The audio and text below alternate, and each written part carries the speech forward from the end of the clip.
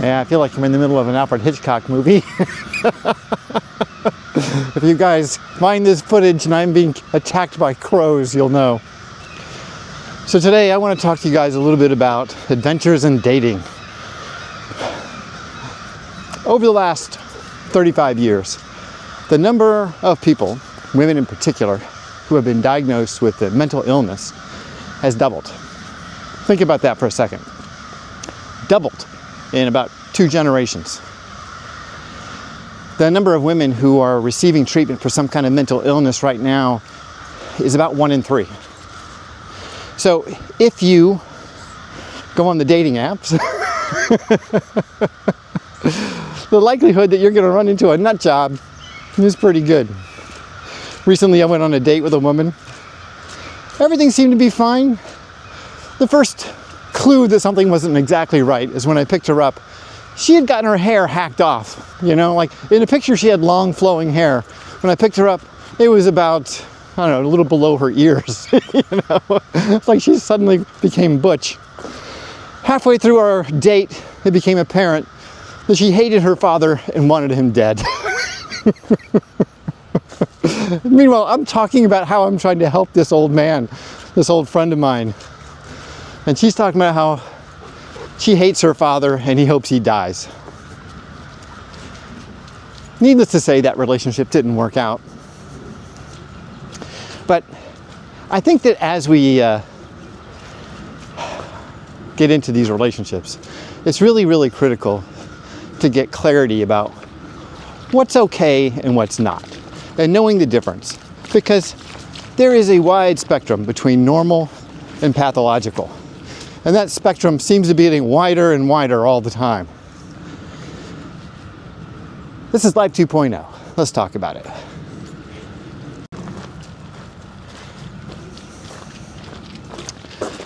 A guy I know came to my house a couple nights ago to exercise, to work out in the gym. And I could tell he wasn't in a good state of mind from the moment he got there. So I asked him what was going on, and he said, I went on a date from a dating app this week. I said, oh, tell me, what happened? Always looking for content, you know. And he describes this girl. He says she's about a 7. She's like 27, 28 years old. He's 31. Now, just to give you some background on my friend here, he's a computer engineer who makes close to $200K a year. And he has saved more than 2 full years of his income. So he has like $400K in the bank. So this guy is a catch. He's a good-looking guy. He's fit. He's smart. Got a good job. Religious background, you know. He's a good guy. Anyway, this dingbat woman that he made contact with, you know, he did exactly what a guy should do. He called her up, gave her some choices as to what they could do for the night. Said, hey, we can go to this restaurant, or we can go to this place, we can do that. She rejected all of his options out of hand. Red flag number 1. So he just turned around and said, okay, what do you want to do? As we so often do. And she says, I want to go to a bar for a drink. Now in his dating profile, it says he doesn't drink. Anyway, so he goes. Now he's not like a recovering alcoholic or anything. He just doesn't want to drink right now. So he goes to the bar. He orders himself an old fashioned. And they're sitting there making small talk. And she says, boy, I sure would like some appetizers. So my man opens up the menu and offers up a couple of options that he's interested in. And she rejects them both out of hand. So, like a man, he said, what would you like? And she said she wanted these steak and cheese egg rolls. Who even heard of such a thing? It's like an abomination that only some, you know, greasy restaurant would come up with. Let's go this way, guys. So they had their steak and cheese egg rolls, which is basically just, I don't know, a deep fried Philly cheesesteak. He's making small talk. He's learning about all the things that she likes to do. He's telling her all the things that he likes to do. And he's a very active guy. He goes camping, big time camping, like not even like just little camping. He goes out to the glaciers and the, you know, out west, and you know, he's had bear encounters. I mean, he's had a pretty adventurous life. And hers Well, he wouldn't consider it camping at all. In fact, if anything, it was more like picnicking more than camping. But nevertheless, they had a nice conversation. So he calls her up a couple days later, says, hey, you want to get together again this weekend? And she blows him off. No, I don't think we're a good match for each other. And on one hand, he was like, yeah, I don't think so either. But on the other hand, he was a little put off by it because she was physically attractive, but she did kind of rub him the wrong way. Now, what this woman doesn't realize, because she's too self-focused, too interested in only herself by indications of demanding that everything be done her way, she passed up on a guy that probably could have made her whole life 10 times easier in an instant. In an instant, he could have saved her life, made her life so much better. But she blew him off. This is the nature of dating these days. You can call it the tyranny of choice, and that might be part of it, but I think it has more to do with a society that has lost its way in terms of seeing value in other people. And I think that lack of value that we look for in others and the opportunity to get to know someone really well and understand them and have some compassion and empathy for their experience leads to us experiencing more and more mental illness. Now, of course, mental illness is oftentimes identified by the lack of ability to show compassion and empathy. And so you might be saying, well, John, that's kind of circular. And that's exactly my point. Is that our society, through social media and all this craziness that we see online, robs us of our ability or our desire to show compassion and empathy for people and show real interest, to be gracious in social situations like this woman. And that lack of interest in other people, and that lack of curiosity, and that increasing self-centeredness and trying to get things your own way and to advocate for yourself, we lose track of the key human component, compassion and empathy. And that leads, I think, to personality disorders, anxiety, depression, and a whole litany of other behavioral problems that can plague our lives forever. For some reason, women seem to be affected by this much more so than men, which is ironic because they would like to tell you that they are much more sympathetic and empathetic than we are. They're not.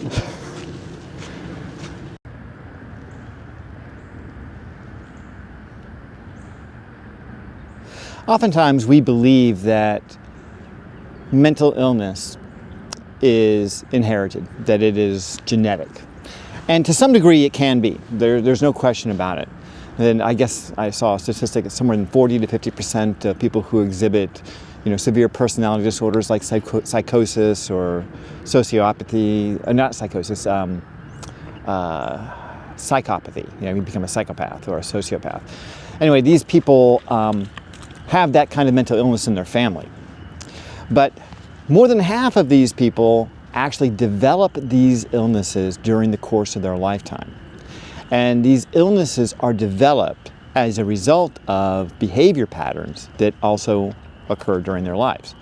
So when we see the number of people being treated for mental illness double over the course of 35 years, we have to stop and ask ourselves, obviously, this is not a genetic mutation that suddenly made itself rampant all over the place. I mean, genetics, only work to some degree. So what is the behavior patterns that are showing up in our lives that are driving more and more and more of this behavior, or these personality disorders?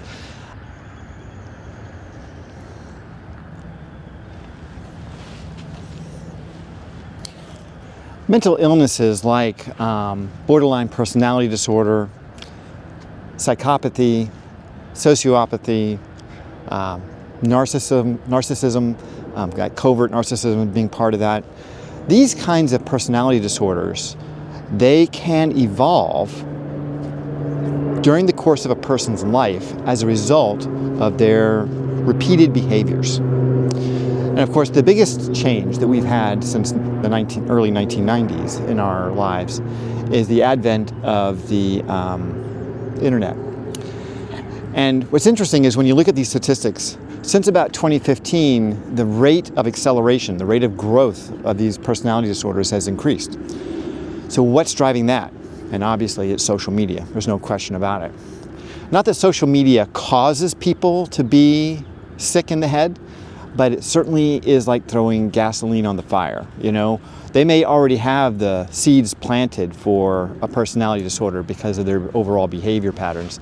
But when you add in a little social media to it, you can absolutely blow that thing out of the water. And I think that happens quite often.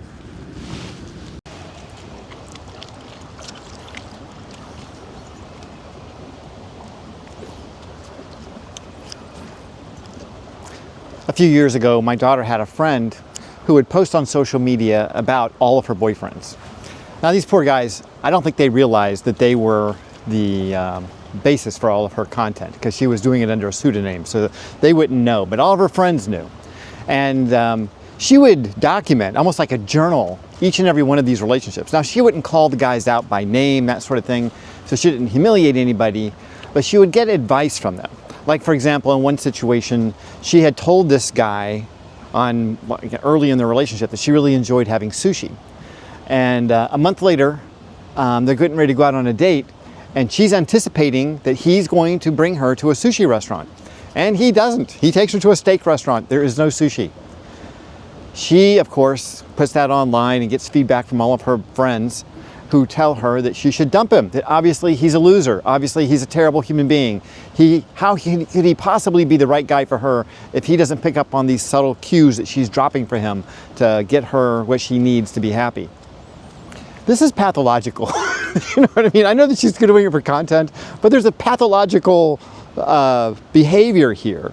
Whether she's doing it in a contrived way in order to get attention, or it's honestly, a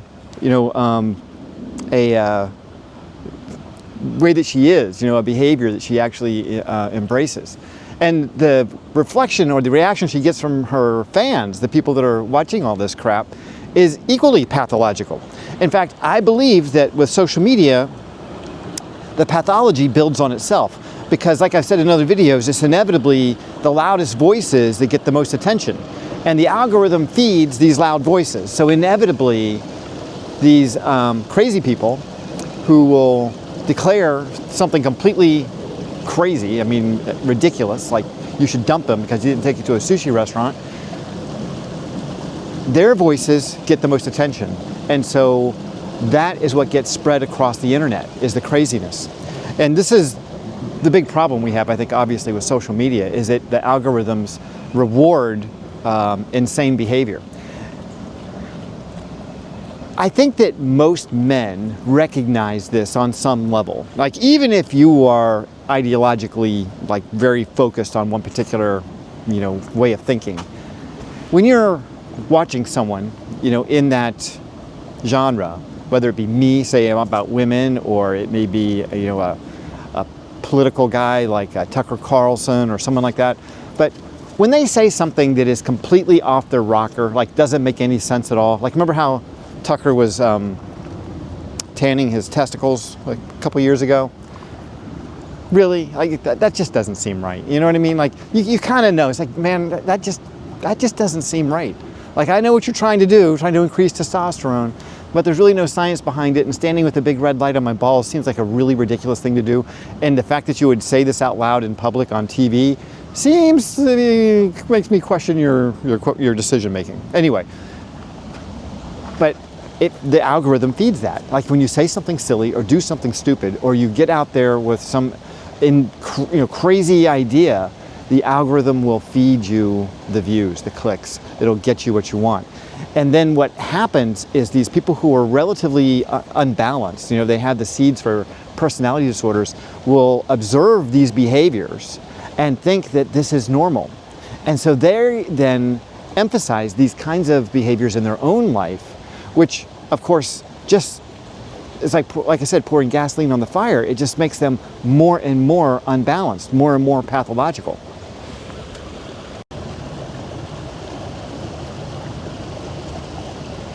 There was this woman on TikTok who went viral, I don't know, a few years ago, complaining about her boyfriend who put ketchup on his eggs. Now, she did not have to eat these eggs. These were his eggs.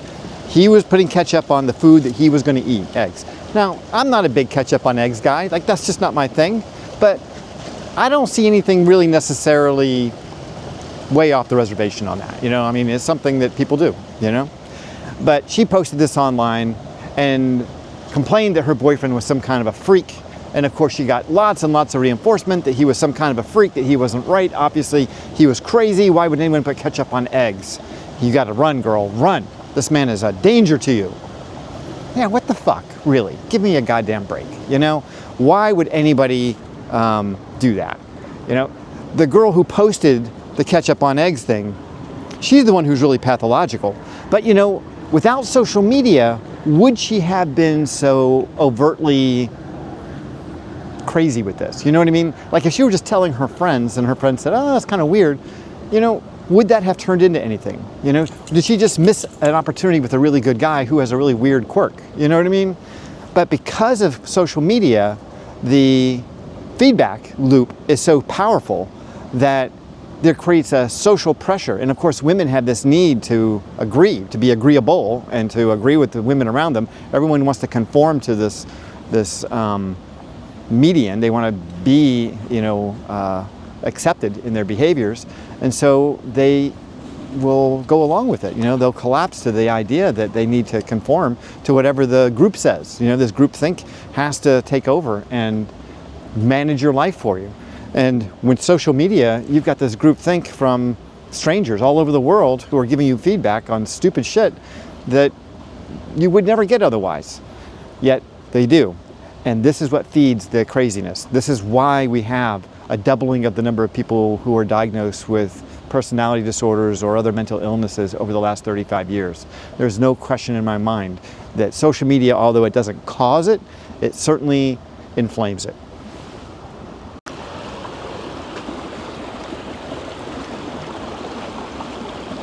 Differentiating between normal and pathological behavior is becoming more and more tricky, because more and more pathological behavior is becoming more and more normalized. We see it all the time.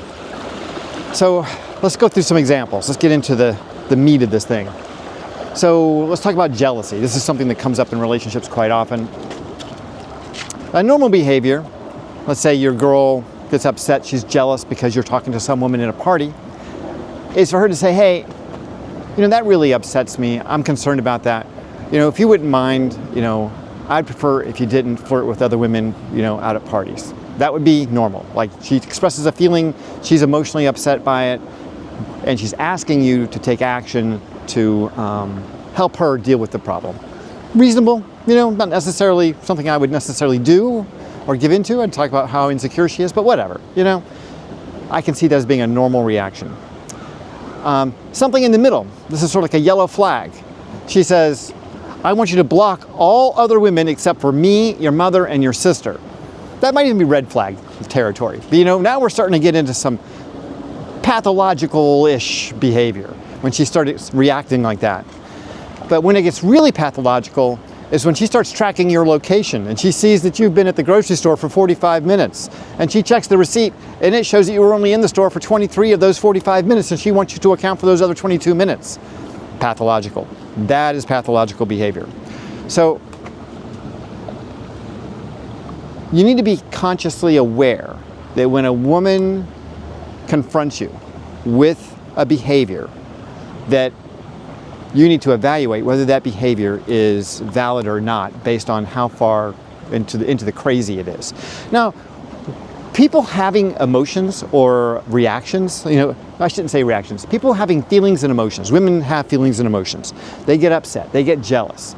Jealousy in and of itself is not a pathological behavior. But the behaviors following the jealousy, the reaction to the jealousy, the response that she gives you, that's where the pathology shows up. So the fact that she says, I feel jealous, isn't something you need to be concerned about. What she does with that feeling, that's where the problems occur. That's where you've got to really be cautious about being in a relationship with a nut job.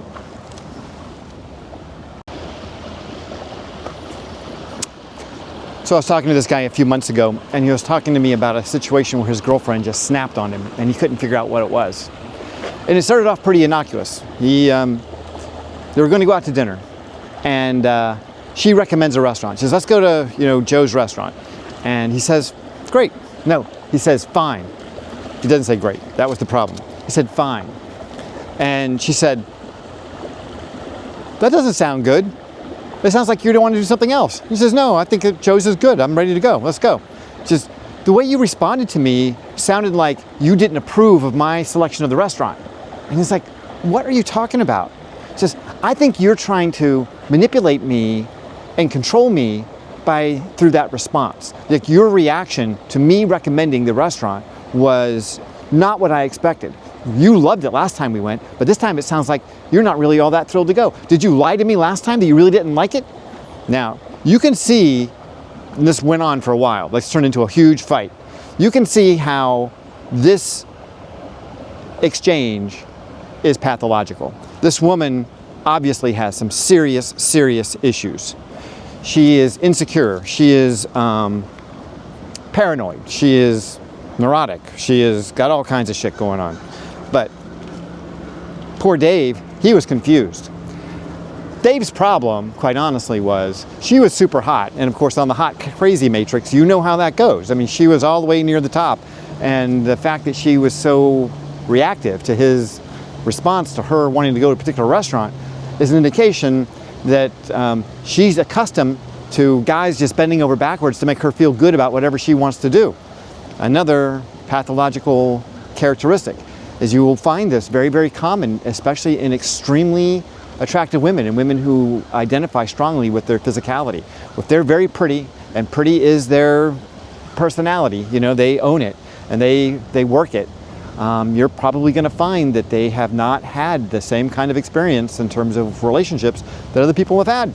People have been blowing smoke up their ass from the very beginning, and they have identified strongly with this being pretty thing, and it has destroyed their personality. And of course, they get lots of positive feedback online, and I'm sure all of her old boyfriends just went crazy every time she made a recommendation and said how smart she was. What a great idea, honey. Of course I want to go to Joe's restaurant. That's the best restaurant in town. You know better than anyone how to pick a restaurant. You are the restaurant picker, baby. You're the one. You're the one. I love you because you pick good restaurants. That's the kind of shit she wants. And when Joe said, fine, he stepped right into it, didn't he? He had no idea what he was stepping into. That was the end of their relationship, by the way.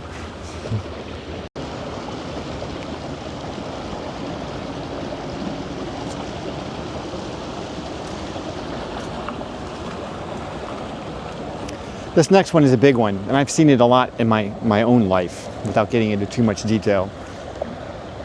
When she doesn't have the ability to recognize how her behavior affects other people. Man, this is a big one. We all live in our own bubble to a certain degree. We all have our own concepts, ideas, and beliefs. But we still need to have a level of sensitivity to understand when we speak or we behave in a certain manner, that it may have an impact on those people around us or those people we care about. And if you are not sensitive to that, there is a huge price to pay. I know a woman that really took all of the relationships in her life for granted. And as she got older and her friends and family started leaving her or dying or moving on, she couldn't understand what had happened, why these people were moving out of her life, why she felt so alone in the world. And one day someone told her, and they said, when you were at this situation, I think she was with her mother in her kitchen, and she was complaining to her mother about how messy her house was and how everything was gross in her house. And her mother just dropped her arms, stared at her in the eyes, and said, honey, I'm sorry. And it was in that moment that this woman should have recognized that she had pushed it too far. Like her complaining about the way her mother lived, her house, was inappropriate. That she had no right to judge her mother. But she didn't recognize it.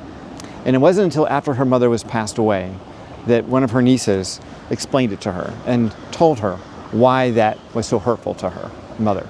Anyway, this woman now, she's trying to figure it out. She spent a lot of time trying to work out exactly what caused all of these relationships to fail. And she's sorting through her life, and she's in pretty bad way about it. But not being able to recognize how your behaviors affect the people around you is a sign of pathology. It's a problem that I think a lot of people these days have. A lot of it has to do with that self-centered concept of I know the right way, my way is the best way, my outlook on life is correct, and anything else that's different from that is probably wrong, you know? And I think social media has a lot to do with that as well, because we're constantly reinforcing certain lifestyles or certain ideas about the way things should be. And that word should is probably the worst word in the English language, but it gets used a lot. And people live their lives from that, I'm gonna should all over you, and they're gonna tell you the way you should be doing things. And these people, on some very deep level, have a very serious insecurity, and they probably have the seeds for a personality disorder or some other kind of mental illness. Certainly anxiety and depression, you know, and anxiety and depression is really just fear and regret when you get right down to it. And these people experience a lot of fear and a lot of regret in their lives.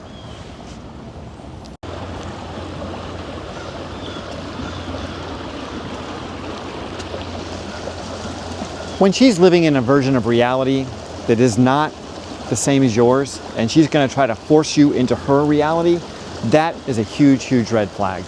For example, you know, you're going to meet this girl for a date. Oh, I'm already thinking this one through, but I'm just going to use this as an example. So you're meeting this girl for a date, and you're running 5 minutes late because of traffic. And you get there, and you tell her, hey, I'm sorry I'm late, there was traffic. And she immediately turns it around on you and starts talking about how you're always late, how you don't respect her time. And your lack of respect for her time is a lack of respect for her. And if you don't respect her, you can't possibly love her. And now you're like, what? She's trying to create this narrative that puts you in a position where you're going to have to do something to win back her good graces. You're going to have to convince her that it's not a matter of lack of love, and now you're going to have to prove that you do love her. I've had this experience. I know this one very well. As men, sometimes I think we just go along with it just to get through it, just to push through. Like, what have I got to do?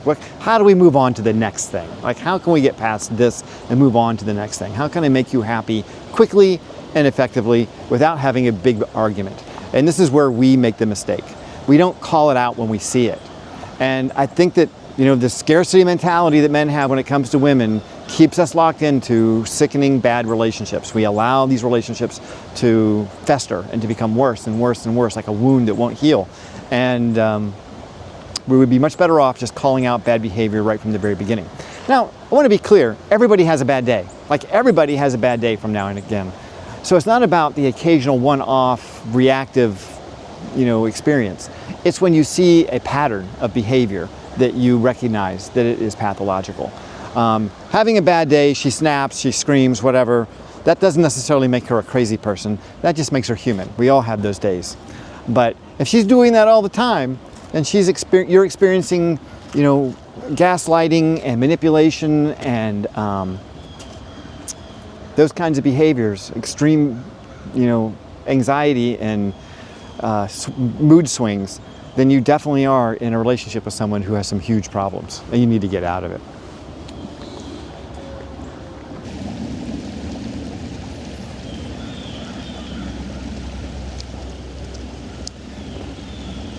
The wonderful thing about crazy women is they oftentimes realize they're crazy, and so they will seek out therapy. Now, unfortunately, they're not open to actually changing their behavior. I think they go to therapy so that they can learn the language of therapists, so they can turn this language around and use it as a weapon against the people in their lives. So, for example, she says, I'm setting boundaries. Really frequently, she's saying, I'm going to try to control your behavior. Because the boundary won't be set so that if you do something, she removes herself from the situation or she takes an action to make it go away. Like, the boundary isn't on you, the boundary is on her. That's the way it should be. But the way she's going to present it to you, though, is the boundary's on you. You can't or you must do something one way or the other. If a woman tells you that you have to behave in a particular way because she has a boundary, she's trying to control you. That has nothing to do with actual real boundaries. A healthy boundary is, hey, if you're going to talk like that to me, I'm going to leave the room. Okay, that's a healthy boundary. An unhealthy boundary is, if you do that, no, you can't do that, or else. You can't do that. I remember, I told you the story a couple times, this woman, I was taking her picture, and she got really upset with me. She said, a boundary of mine is I don't let people take pictures of me. I'm like, okay, like, it's my camera. You know, I can do whatever the fuck I want. It's a free country, you know. If you don't like having your picture taken, go somewhere else, all right? Don't stand in front of me. You can't put that boundary on me. Like, it's a free country. I can do what I want. Like, you know, I mean, maybe I can't put it on the internet, but maybe I can. I don't know. We'll see. Gaslighting. So she tells you, you're gaslighting me. That means that she doesn't think that you agree with her version of events. Now, that is not necessarily gaslighting. That may just be that she doesn't have a good memory, or she doesn't like the version of events as they occurred, or she wants to cast them in a different light. Not necessarily gaslighting. You're triggering me. Trigger warnings all over the place. That means I don't like what you said. It's upsetting me. You know, go back to the boundaries. Okay, so leave the room, you know, leave the room. If you don't like what I'm saying, you don't have to stay here and listen to it. You can go away, all right? That's what a healthy boundary is. And if she's being triggered, it's not your fault she's being triggered. It's her problem that she's being triggered. If she needs to deal with that on a more mature level, then she can talk about what it is that's going on inside her that's causing her to feel uncomfortable about whatever's happening. And then you can decide whether or not it makes any sense for you to change your behaviors. But using these therapy words is her way of trying to control your relationship and trying to control your behaviors. So when you start hearing these things thrown back at your face and you're thinking, I'm not so certain that this is valid, there's a good chance that it's not. The problem is we've created a culture where women's emotions are all valid. And we have compounded the error by allowing their behaviors following the emotions to be valid also. Now, emotions have to be valid because people experience emotions in an authentic way, so I'm not going to take that away from them.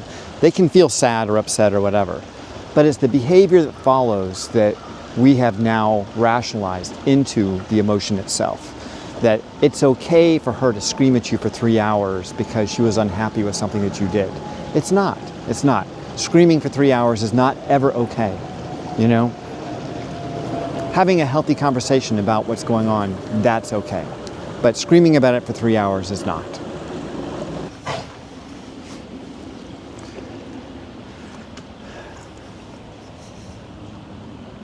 Like I said earlier, because we've become so accustomed to pathological behavior being normalized in our society, we need to be able to recognize when it really is pathological and when it's on the spectrum of pathology.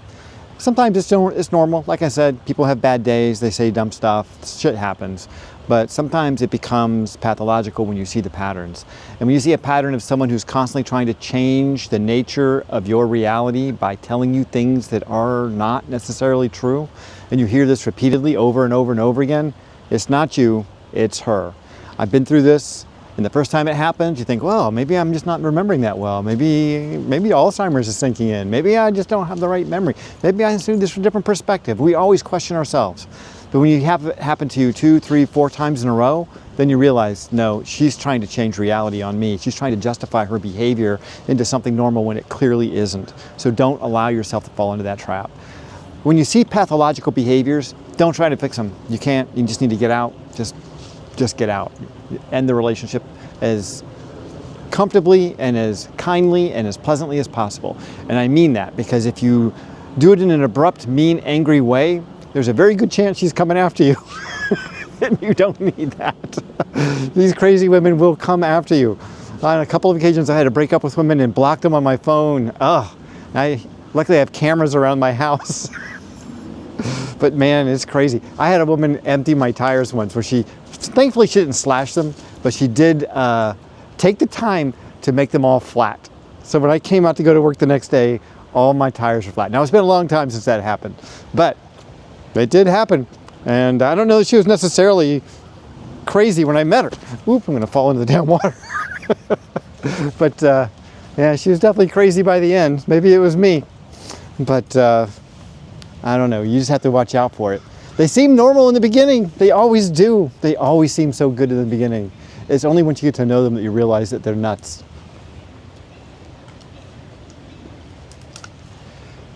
Red flag number 2, the emotional hostage situation. This is when you become responsible for how she feels. So, I don't know, you put on a shirt that you like, she doesn't like it, she tells you, you know I don't like that shirt, you obviously don't love me, you're wearing that shirt. That's stupid.